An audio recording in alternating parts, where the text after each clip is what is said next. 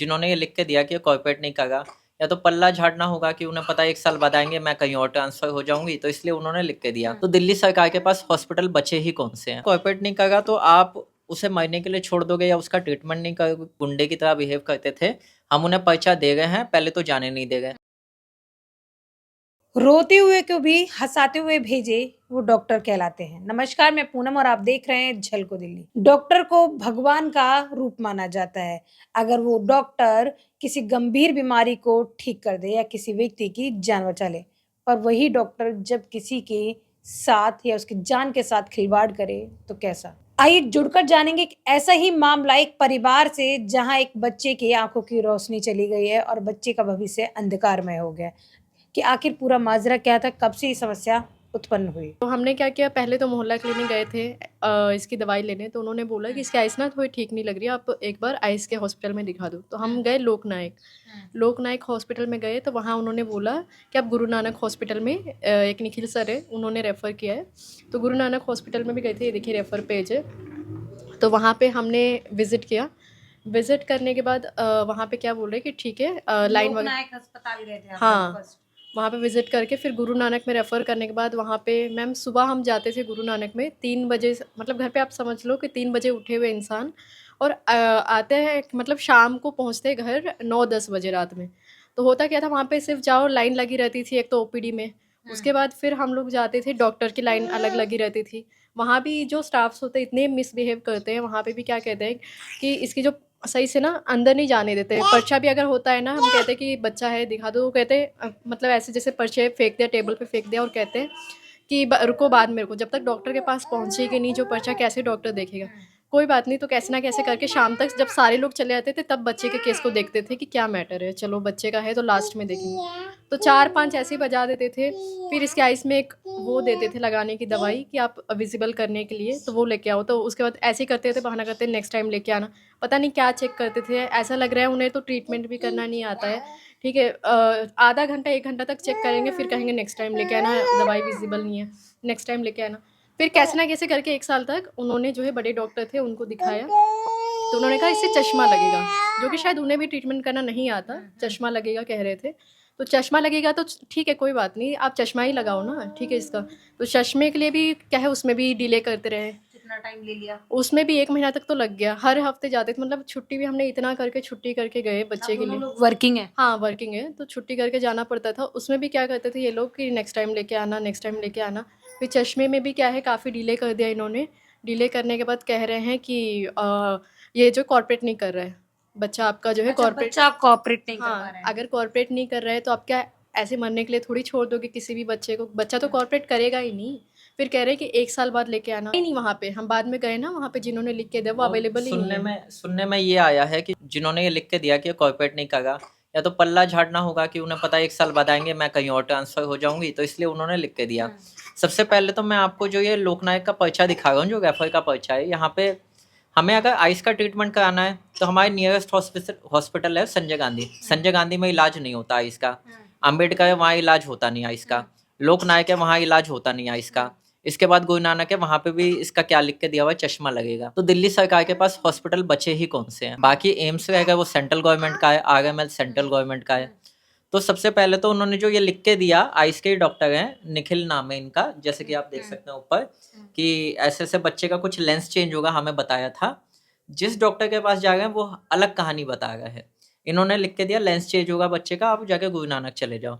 गुरु नानक में गए तो वहाँ पे क्या हुआ, इसे लिख के दिया कि जो इसे है ना चश्मा लगेगा। अब देखिए यहाँ डॉक्टर ने लिखा भी हुआ है कि नॉट कोऑपरेटिव, मतलब बच्चा कोऑपरेट नहीं करेगा। ये देखिए यहाँ पे भी 1-2 जगह और लिखा हुआ है, मैं बता देता हूँ। ये देखिए नॉट कोऑपरेटिव करके। तो कहने का मतलब है अगर बच्चा कोऑपरेट नहीं करेगा तो आप उसे मरने के लिए छोड़ दोगे या उसका ट्रीटमेंट नहीं करोगे, ये सिखाया आपने किसने? आपने ये नहीं पूछा, जब बच्चा कॉर्पोरेट नहीं कर पा रहा है, अभी छोटा बच्चा है, तो 1 ईयर बाद हम आते हैं तो क्या सेम कंडीशन है? अगर बच्चे की वो उस समय भी कॉर्पोरेट नहीं कर पाता तो क्या होगा? अगर बच्चों की आंखों की रोशनी चली गई तो क्या होगा? वैसे तो डॉक्टर खुद कोऑपरेट नहीं करते थे हमारे साथ में। नॉर्मली क्या होता था, उनके जो अटेंडेंट है, 2-3 बार मेरा वहाँ पे झगड़ा भी हो गया था, बहस भी हो गई थी। वो लोग क्या करते थे, जैसे मैं ये दे रहा हूँ, डॉक्टर ने लिखा हुआ है कि विदाउट डेट आ जाओ। ये देखिए, बिना डेट के आ जाओ आप। आपको लाइन में लग के डेट लगवाने की जरूरत नहीं, सीधा डॉक्टर के पास आ जाओ। लेकिन उनके जो अटेंडेंट होते हैं वो पता नहीं अपने आप को क्या समझते हैं, वहाँ पे गुंडे की तरह बिहेव करते थे। हम उन्हें पर्चा दे गए हैं, पहले तो जाने नहीं दे गए। जब उन्हें मैंने पर्चा दिया तो टेबल पे उठा के फेंक देते थे। जब डॉक्टर को पता ही नहीं चलेगा कि ऐसे ऐसे कोई पेशेंट आया है तो क्या देखेंगे, पहली चीज़। दूसरी चीज़ मैं ये बताना चाहता हूँ, जो दिल्ली सरकार पहले थी वो ये कहते हैं कि हमने हॉस्पिटल को वर्ल्ड क्लास बना दिया। आइस का ट्रीटमेंट तो किसी हॉस्पिटल में नहीं होगा, तो वर्ल्ड क्लास कैसे हो गए। दूसरी चीज़, अगर वर्ल्ड क्लास है तो आप अपना ट्रीटमेंट जो है बड़े बड़े अस्पतालों में क्यों कराते हो। अरविंद केजरीवाल जो जाते हैं वो अपोलो में जाते हैं। सत्येंद्र जैन जो इनके मंत्री थे जो जेल में बंद थे, वो जाते हैं आपका मैक्स हॉस्पिटल में। इसके अलावा आतिशी से एक बार पूछा गया था कि आप अपना ट्रीटमेंट के लिए कभी मोहल्ला क्लिनिक आई हैं, वो कहे मैं आज तक मोहल्ला क्लिनिक नहीं गई। ठीक है, तो कैसे ये लोग कह सकते हैं जब ये वहाँ विजिट ही नहीं करते। और संजय गांधी जो हॉस्पिटल है जहाँ इसका बर्थ हुआ, वहाँ पे भी काफ़ी लापरवाही है। वहाँ पे इसे बर्थ के टाइम पे बुलाया नहीं था, हो सकता है इस वजह से ये प्रॉब्लम हुई। ऐसी प्रॉब्लम आई है तो गुरु नानक वालों को इलाज करना चाहिए था। इलाज के नाम पे सिर्फ 1 साल तक ये करते रहे, इससे चश्मा लगेगा। प्रॉब्लम कुछ और है, रेटिनल डिटैचमेंट की प्रॉब्लम थी। अब हम ये चाहते हैं कि कोई जो, अगर आपके पास में गलती हुई है तो आप उसका भुगतान करिए, हमारे बच्चे का इलाज कराइए। ऐसा नहीं है कि इलाज नहीं होगा। अरविंद केजरीवाल एक चीज़ बोलते हैं कि हमारे जितने भी दिल्ली सरकार के हॉस्पिटल है, वहाँ पे अगर आपका ट्रीटमेंट नहीं होता, आप किसी भी प्राइवेट हॉस्पिटल में जाकर ट्रीटमेंट करवा सकते हैं, सारा खर्चा दिल्ली सरकार देगी। लेकिन ऐसा कुछ नहीं है, ये सब बेवकूफ़ बनाने वाली बातें हैं, फर्जी बातें हैं। ऐसा कुछ नहीं है। डॉक्टर जो गुरु नानक में नोडल ऑफिसर हैं वो भी ये कह रही है कि ऐसा कुछ नहीं है, और ये सब बेकार की बातें हैं, हम ऐसा कुछ नहीं करते हैं। इसके बाद जब ये सब कुछ हो गया, जब पता चल गया कि हाँ बच्चे को वो नहीं होता, तो गुरु नानक हॉस्पिटल के जो नोडल ऑफिसर हैं ललिता सिंह है, मैंने कई बार cm@cm.nic करके एक मेल आईडी है, मैंने उस पर कई बार मेल डाला। उस मेल में क्या हुआ कि मेरे को रिप्लाई आया काफ़ी बारी कि जो ये पेशेंट है हमने किसी को रिफ्यूज़ ही नहीं किया, मना ही नहीं किया ट्रीटमेंट के लिए। मैं आपको वो मेल भी दिखा देता हूँ कि ऐसा कोई पेशेंट हमारे पास आया नहीं। बताओ, हम इतने दिन से धक्के खा गए गुरु नानक हॉस्पिटल में, और ये लोग बोलते हैं यहाँ ऐसा कोई पेशेंट आया ही नहीं। मतलब कह सकते हैं पूरी तरीके से अपना पल्ला झाड़ लिया हाँ कि हम दोषी नहीं है इस पूरे मामले में। अब बच्चे की आंखों की रोशनी चली गई है क्या? हाँ, बच्चों की आंखों की रोशनी चली गई कैसे है। कंफर्म हुआ ये चीज कि बच्चों की आंखों की रोशनी बच्चा कुछ देखता ही नहीं है, देखिए ना, कुछ रिस्पॉन्स ही नहीं करता है। ठीक है, पहले रिस्पॉन्स करता था, पहले कुछ भी दिखाते थे तो ये हाथ में पकड़ता था, खाना खाता था अपना। बाबू, बच्चे के ये वाइट हो गया, पहले नहीं था, पहले एकदम आइस ब्लैक थी। एम्स में दिखाया आपने? हाँ, एम्स में दिखाया। क्या कहना है वहाँ उन्होंने डॉक्टर का? जो काम 1.5 साल से गुरु नानक हॉस्पिटल कर रहा है, वो 2 दिन में इन्होंने बता दिया कि अब बहुत लेट हो चुकी है। और जो गुरु नानक के डॉक्यूमेंट्स हमने दिखाए, वो लोग तो उस पर हंस रहे थे, कह रहे हैं कि पता नहीं ये लोग कैसे डॉक्टर बन जाते हैं। क्या जब ये लिखा है, इनसे पूछा नहीं कि आपको सिखाया किसने कि ये क्या क्यों लिखा है कि बच्चे कॉर्पोरेट नहीं करे इसलिए हम इलाज नहीं करेंगे, ये किसने सिखाया? आप पूछते ना एक बार ही, कौन सा मार देते। मैंने सर डॉक्टर हम उनसे इतना सवाल जवाब नहीं कर सकते ना। तो कह रहे नहीं, आप अगली बार आना तो ये पूछना।